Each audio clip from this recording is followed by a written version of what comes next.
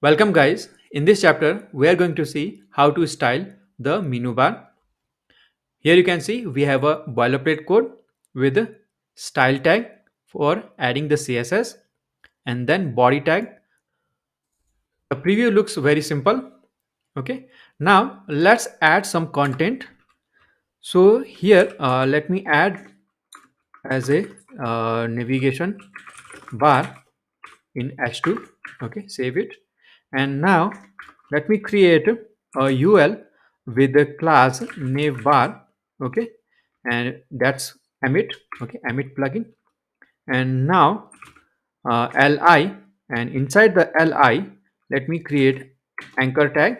Okay, and here just don't redirect to any URL. Okay, and then we have a home, and now let me save, and that's home, and control C and control V to duplicate it. Okay, and now home, about, and blogs, and then content. Okay, so that's our the name item in our navigation bar. Now what we need is this navigation bar should look like a horizontal navigation bar. So how to build that navigation bar? Okay, so it's very easy. Now let's see that. Okay, the first thing we should add is add the CSS to this asterisk universal CSS of box sizing to border box. Okay, we already know this concept. Okay, that is to include the padding and border inside the width. And now let me add the CSS, the nav bar. Okay, and as list style as none, because we don't want that a bullet to be shown in the navigation bar, right? And then let me set a margin as 0 and padding as 0, margin. Okay, and padding as 0. Okay, and now our the first is like a background color. Okay, so that it's visible, and 888. Okay, and that's too much. Let's use AAA. Okay, that's very lighter. Now you can see this one, and that's like when we maximize it. Okay, now what we need to do is we need to add styling to the li. Okay, and then anchor tags. First let's add the styling to the anchor tag, because we need to make it as a block level element. Okay, so navbar li and then anchor tag. Okay, so first make it block, and now when we make it block, let's see what happened. Okay, there's nothing much here. Okay, now let's set the color of the linked text as FFF. Okay, that's the uh, color for the link, and text align as center. Okay, that goes into the center. And now we don't want the underscore in the text, so that's why text none we have seen in the text formatting chapter. And finally let's add some padding. Okay, so that it looks good. Okay, here you go. And let me add the hover effect. Okay, nav bar and li hover, and give the background color as black. Okay, now if I hover it, then you can see it gives a very nice effect. Okay, now what we need is this each list item, okay, or the name item should visible like as a block here. Okay, so for that we need to make it as a floatable element. Okay, so that we need to give li as a float. Okay, new var and then li, and now we need to add float as left. And here we go. What happened here is our name item has been collapsed to the left, and the background of our nav bar is now not visible. So what we want to set here to the nav bar is to overflow as auto, so the background of the nav bar persists to whatever contain inside it. Okay, so here we have a overflow, and now it has to be auto or hidden. Okay, and now our background is visible. Okay, and finally we can set one of the nav item as the active and apply the active css to it.